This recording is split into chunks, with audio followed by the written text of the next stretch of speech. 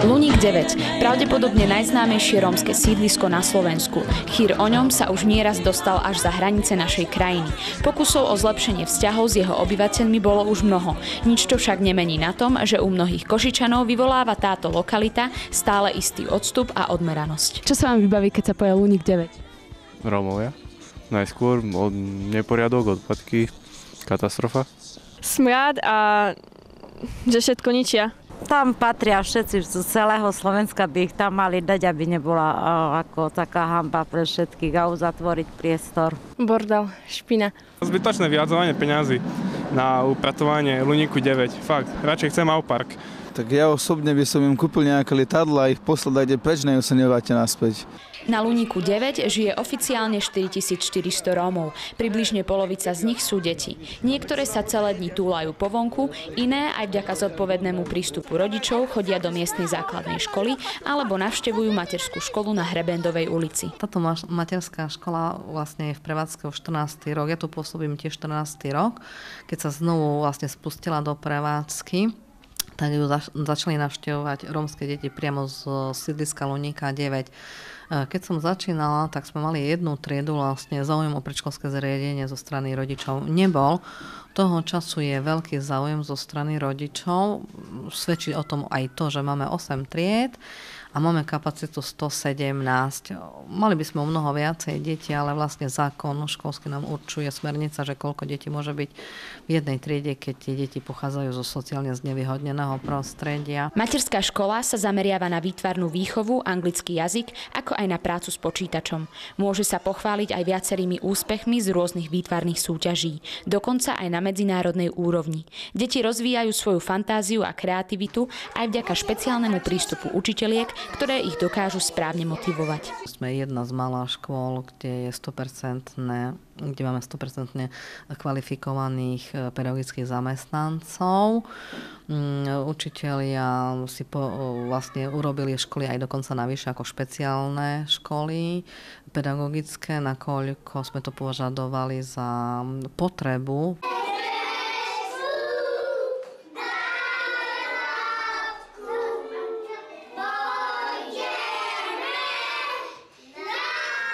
Deti, ktoré do škôlky prídu poprvýkrát, často ani nevedia poriadne po slovensky a nemajú hygienické návyky. Podľa slov učiteliek sa však učia rýchlo. Sú veľmi temperamentné, ale aj vnímavé. Obyvatelia mesta Košic, lokalitu Luník 9 a obyvateľov v nej vnímajú nie veľmi pozitívne. No, nečudujme sa, vlastne do médií a všade, kde sú prezentované problémy Luníka 9, sú možno, že niekedy aj nadsadené a tým pádom ľudia si myslia, že nič dobré tu na tej deviatke nie je. Žiadne dieťa, že nemôže byť úspešné či v škole, či v škôlke, že nič nemôžu dosiahnuť. Nie je správne podľa nás, ktorí tu pracujeme, všetkých hádzať do jedného vreca. A keby sa ľudia mali možnosť presvedčiť obyvateľia mesta Košic aj o dobrých výsledkoch alebo vôbec o výsledkoch, ktoré prezentujú mesto Košice nielen na Slovensku, ale aj vo svete, tak by boli prekvapení, že čo všetko sa tu deje na tom Luníku 9, aj to pozitívne a aké úspešné deti tu bývajú, tu žijú. A ideme.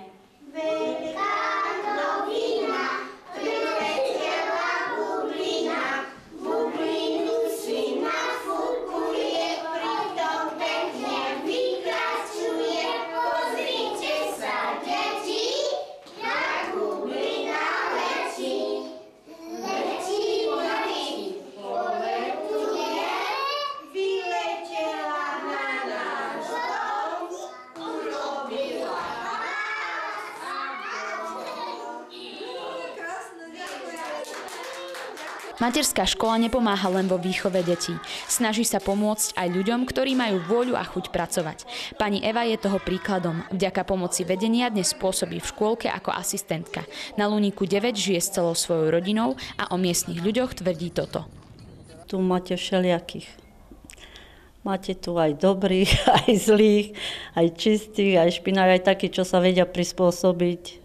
Ale sú aj takí, čo môžete do nich hučať už. Ich nepolepšia sa, no proste. Sú tu všelijakí. Ale tie deti, čo sa snažíme ťahať do škôlky, aby sa dačo naučili, a vidno výsledky, lebo fakt sa učia tu všetko od základov. Na ktoré nastúpia, nevedia, čo to je umyť si ruky. Viete, no tie hygienické potreby nevedia vôbec. A tu sa naučia. A to je pre nich nové všetko. Sú tu, hovorím, všelijakí.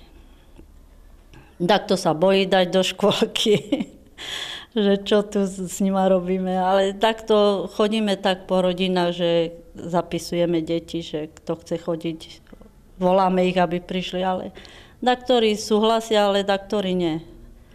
Ale keď prídu tu, sa presvedčia, že čo tu deti vlastne robia, tak si rozmyslia, že fakt je im tu lepšie, jak doma, kde nemajú ani teplo, ani tú vodu nemajú celý deň a tu predsa sú v teplom aj aspoň do tej 4. 5. Sú v teplom a v čistom. Bo doma im voda, čo ide ráno 3 hodiny, po obede 3 hodiny. Čo to je? Jak môžu dodržiavať hygienu, keď voda tak ide? I keď sú podmienky života na tomto sídlisku náročné, veľakrát sa stáva, že ani mimo neho sa slušní Rómovia nevyhnú predsudkom. No tak to hej. Keď tak, že idete mimo sídliska vonku, kde, tak keď idete do obchodu, alebo tak nie, ale keď čo vybavujete a uvidia váš občanský preukaz a máte tam Luník 9, už celkom inač sa s vami rozprávajú a ináč sa správajú. Kým nevedia, že ste stade, tak... Ale nie každý, no. Nemôžem zas povedať. No lenže to je aj medzi Romákmi takisto.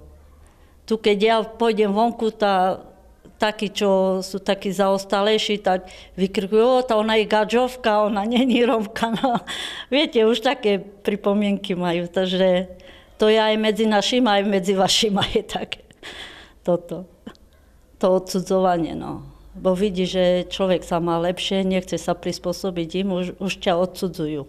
A čo je podľa pani Evy dôležité pre prijatie rómskej menšiny spoločnosťou? Nech nehádžu všetkých do jedného vreca. Iné čo.